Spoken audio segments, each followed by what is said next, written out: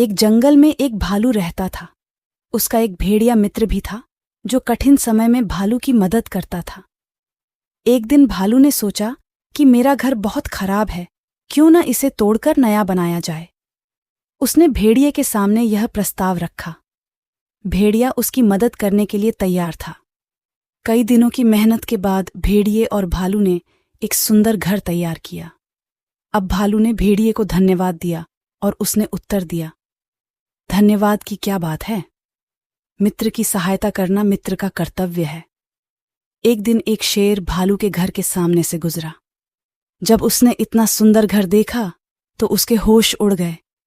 उसने सोचा कि मैं जंगल का राजा हूं और एक गुफा में रहते थे, मैं और मेरी प्रजा इतने अच्छे घर में रहते हैं। यही सोचकर उसने भालू के घर की तलाशी लेने का फैसला किया। शेर हाथी के पास आया और उसे भालू के घर को नष्ट करने का आदेश दिया। हाथी शेर से बहुत डरता था, इसलिए वह तुरंत सहमत हो गया।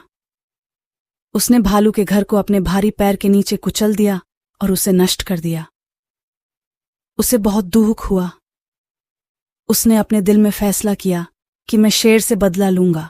एक दिन भालू भटकते हुए जंगल के पास एक शहर में पहुंच गया।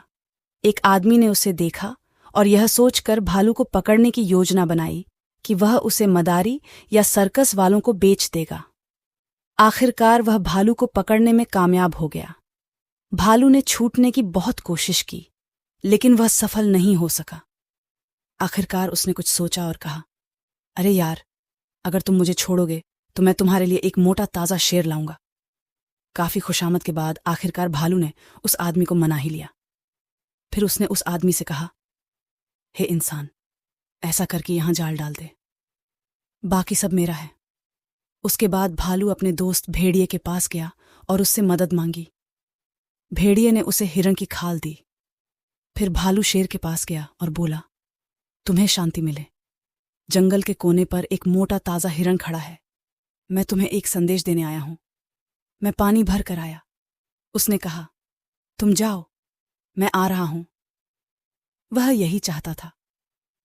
बाहर निकलकर वह भागता हुआ जंगल के कोने पर पहुंचा और हिरण की खाल से खुद को ढक लिया और इधर उधर मुंह करने लगा। शेर उस पर झपटा, लेकिन भालू भाग गया और उस स्थान पर पहुंच गया जहां जाल बिछाया गया था। भालू को जाल के बारे में पता था, इसलिए भालू भाग गया, लेकिन शेर जाल में फंस गया। उसे जाल में फंसा देखकर भालू हंसा और बोला, जंगल के राजा, दूसरों के घर उजाड़ने का यही अंत है।